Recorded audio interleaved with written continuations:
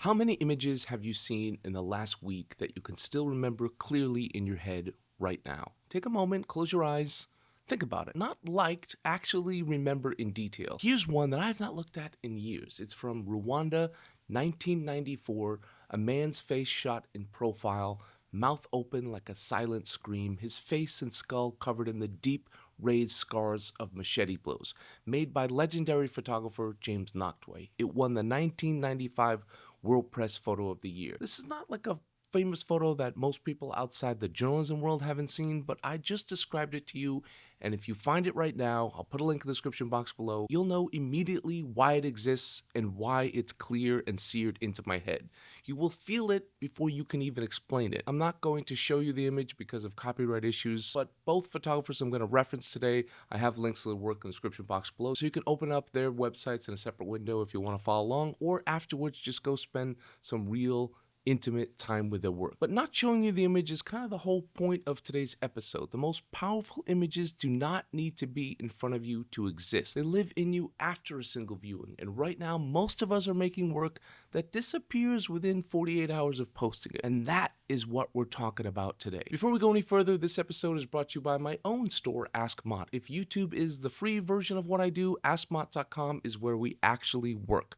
Monthly assignments, personal feedback from me, exclusive resources, and a community of photographers who are serious about growing, and it's open to all levels. If that sounds interesting to you, click the link in the description box below. Okay, so James Nachtwey. He has won the Robert Capa Gold Medal Award 5 times, World Press Photo of the Year multiple times. He's covered Rwanda, Chechnya, Bosnia, Somalia, South Africa, 9/11, the opioid crisis in America. Heavy stuff. He was injured in a grenade attack in Baghdad in 2003 and kept going. Decades of work covering some of the worst tragedies of our time. There's a documentary about him called War Photographer from 2001. It was nominated for an Academy Award.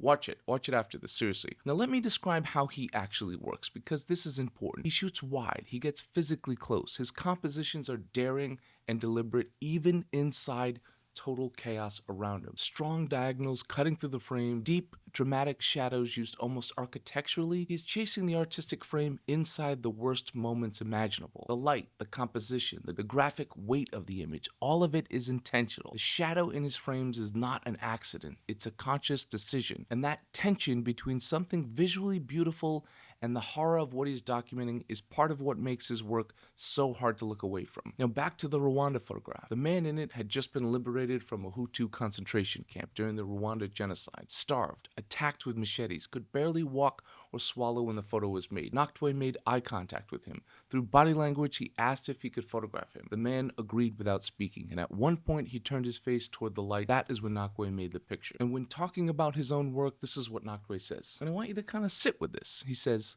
I use what I know about the formal elements of photography at the service of the people I'm photographing, not the other way around. I'm not trying to make statements about photography. I'm trying to use photography to make statements about what's happening in the world. Form serves people, not the other way around. Now, the second photographer couldn't be more different, Brenda Ann Kenneally. You can see a huge body of her work at therawfile.org, and she's quite famous for her Upstate Girls project. All of that, again, in the link below. So where Nachtwey is dramatic, artistic, chasing light, Brenda is raw and completely straightforward. She's not constructing a frame. She's not waiting for the light to be just perfect. If the moment happens to be in good light, great. If it doesn't, she's there anyway, and the image is still powerful because she is there and she's present. She doesn't even like being called a photographer. Her term is digital folk artist. She collects family photo albums, school records, letters from prison, scrapbooks. She's building an archive of human lives, not a portfolio. Her project, Upstate Girls, started in 2003 when a teenager named Kayla asked if she wanted to photograph the birth of her child. She said yes. She kept going for 14 years. Births, addiction, incarceration, funeral. One block in Troy, New York, numerous powerful images, and a lasting, impactful body of work. She's a Guggenheim Fellow, a Pulitzer Prize nominee, and she's also a woman who grew up in the same system she spent her life documenting. She lived in group homes and temporary shelters. She knows her subjects from the inside. That is not a footnote. That is the entire reason the work lands the way it does. You can feel in her photographs that the people in them forgot she had a camera. That kind of access does not come from technical skill. It comes from showing up every single day over numerous years. She has a quote that I've never forgotten. She said, I take pictures to remember what I learned while I was busy taking pictures. I always like that quote. That is a photographer who is completely in the room, not thinking about the frame, thinking about the person. Just a quick break if you're watching this and thinking, I want to push my work in this direction. That is exactly what Ask Mott is built for. Monthly assignments that challenge you to grow, personal feedback from me on your work, exclusive resources, and help with your own personal project. If that sounds like something you're interested in, visit askmott.com and join our community. So let me be specific about what makes these two photographers so different and why studying them matters. Nachtwey approaches every situation sort of like an artist. He is looking for the dramatic light, the daring angle, the graphic composition that transforms a moment into something that hits you visually before it hits you emotionally, but it ends up doing both. His craft is inseparable from his commitment, and you can see that really shine through in the documentary War Photographer that I mentioned earlier. Kenneally, she strips all of that away. She's not there for the light. She's not there for the composition. She's there for the person and the moment. Full stop. The light in her images aren't dramatic typically, and they're not gonna and she's not gonna wow you with her composition. So two completely different approaches, but both producing images that stay with you for decades, and that is not easy to do. And I'll be honest with you, I'm more naturally drawn to Nachtwey's visual language, the dramatic light, the daring compositions. That is the kind of photographer I've always aspired to be and still aspire to be. But Brenda's work hits me just as hard because the emotion is completely undeniable, and that is the lesson here today. There's no single correct way to make a powerful image. There's no single correct way to approach your photography. What both of them do share is commitment. Commitment to the story, to the person, to showing up fully. Everything else, the light, the composition, the gear, is secondary to that. And you can take that lesson into any kind of photography you want to make. Happy stories, sad stories, portraits, travel, weddings, street. The approach applies to all of it. And that brings us to why I made this episode and where we're at nowadays with photography. I'd say like 90% or even more of photography right now lacks this kind of meaning, lacks this kind of depth. The whole ecosystem, the algorithms, the engagement metric, the way content gets rewarded online, it has trained photographers to optimize for what performs rather than what lasts. The reflection of a stranger in a puddle gets 10,000 likes. A raw, honest portrait of someone's real life gets ignored. So photographers often, without even realizing it, start making work for the feed instead of for the moment. The visual cliches multiply because they work. The shaft of light, the fake candid shot, the reflection, the cliche juxtaposition, the faded film filter, beautiful, consistent, completely forgettable. I'm not saying those images cannot be beautiful. Some of them genuinely are, and they are artists as well, the photographers that take them.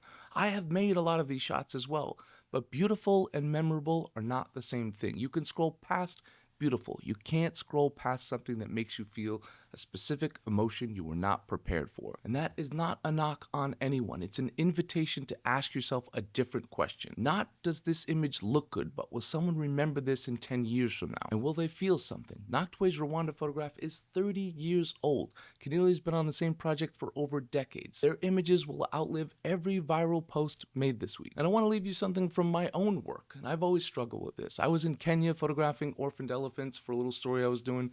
Limited time, but important story. I spent the first few days obsessing over the position I needed to be in to capture the elephants during the milk feeding because it was just so visual. I had this little visual checklist, waiting for perfect light, trying to capture the images that I had planned in my head. And on the last day, after I got a lot of the images I wanted to get, I relaxed a bit more. I stopped forcing it and just observed. And I caught this frame of one of the caretakers casually strolling through the woods with the herd.